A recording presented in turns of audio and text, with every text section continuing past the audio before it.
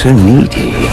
It's a great way to start the morning. Oregon is working on a right-to-repair bill which would require device makers like Apple to offer documentation and specialty tools to third-party repair stores and for self-repairs. And this sounds pretty great, right? Look, the government's not being shite for once. And Apple is against it. Why? Well, the law wants to get rid of something called parts pairing. In a nutshell, parts pairing is when a company only allows authorized components to be used in repairs. So if you lose like a third-party display, the OS could intentionally cripple it. For example, third-party batteries could trigger warning messages, and a new screen could disable the brightness settings, which is like, is the brightness at like minimum or maximum at that point? Like, how does that even work? And Apple says, parts pairing isn't there to monopolize repairs, but to make it easier for the people, and also to ensure device and its data remains secure during repair. First of all, like, bro, how does limiting replacements make things easier? It's like telling an alcoholic, oh, yeah, we'll help you out, but only if you wax my chest and feed me Oreos. If you want proof that all of this kinda horse piss, hit subscribe and listen up, you fool. Back in 2021, the time of the iPhone 13, if you had used a third-party display, the Face ID scanner would be disabled, right? You can still use the screen, but like, the main feature of the iPhone would not be working. And there was some backlash, and Apple got rid of this artificial software problem. Do you think that if there was a genuine threat to security, or even some teensy minuscule little thing that the PR team could drum up to create some fear, that they would have backed down? This is the company that said that you're holding it wrong when their hand phone could not be used by hands. They would have never backed down. And it's not that the government forced them to do this. It's not like the EU was like, hey, come on, it's a Heichgesteifel, it's this Beyonce to American shit. And Biden and his hairy legs had turned blonde in the sun. Sure as hell isn't doing crap, so they chose to do it, probably because the whole security thing is BS. And now they're back to peddling similar crap, even though they just proved a couple of years ago the whole thing's kind of fake, so that they can jam their greedy fag into your fleshy bag of bones forever and ever, and suck you dry, not like that, until you're not but a human whoopee cushion. Who knows, maybe Apple is right, and if you do, let me know in the comments down below. You corporate shilka! Apple wants to make it as hard as possible for third parties to repair their phone, whether it's to gimping the new hardware, putting out scary messages, subtly threatening their customers to,